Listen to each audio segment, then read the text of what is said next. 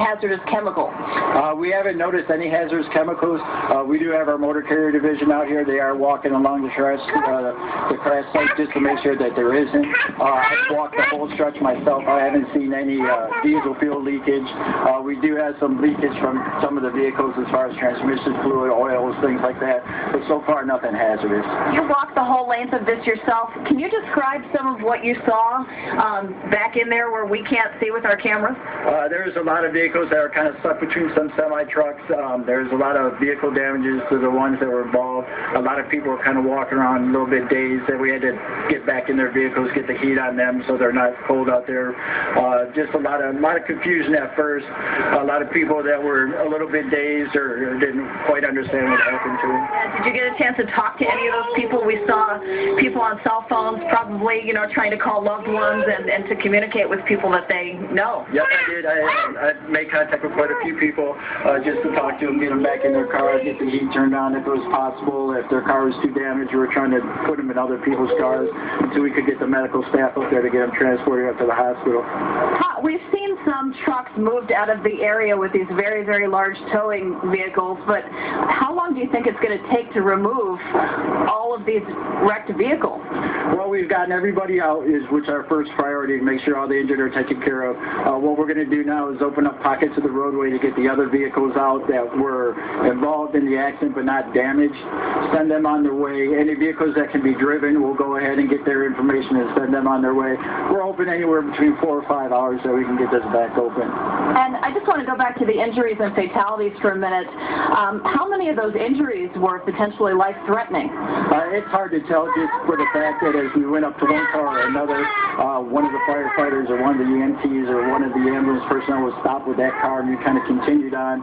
So until we actually get to the hospitals and actually talk to them, it's going to be hard to determine if there was any life-threatening injuries or if they're just minor. From the injuries I saw were a lot of the basic injuries from traffic crashes, head injuries, neck complaints of neck pain, a couple of broken limbs.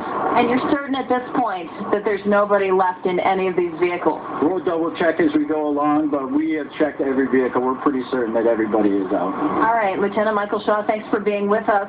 Anything else that you want to say to drivers right now? I know that portions of I-75 are closed at this point for the foreseeable future. We're going to work as fast as we can to get this back open, but we are asking people to take a different route if they can, just stay out of this area. We know things like this are one of a kind at times, and you get a lot of bystanders, a lot of gawkers that come out. We're just asking you to just stay away from the scene, even if you think you might have somebody involved in a traffic crash. If they were transported to the hospital will get a hold of you.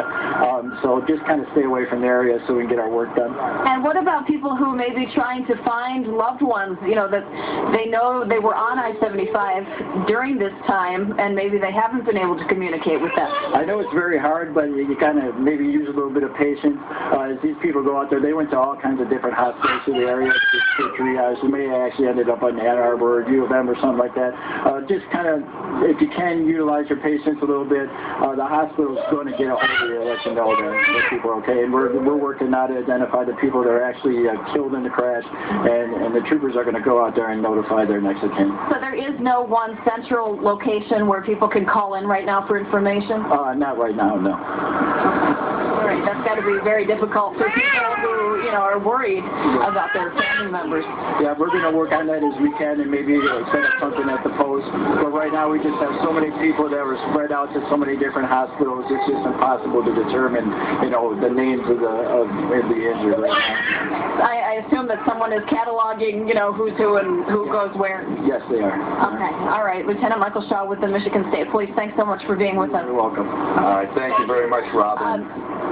A lot of members of the press have sort of gathered around here because they want to speak to him also, but let's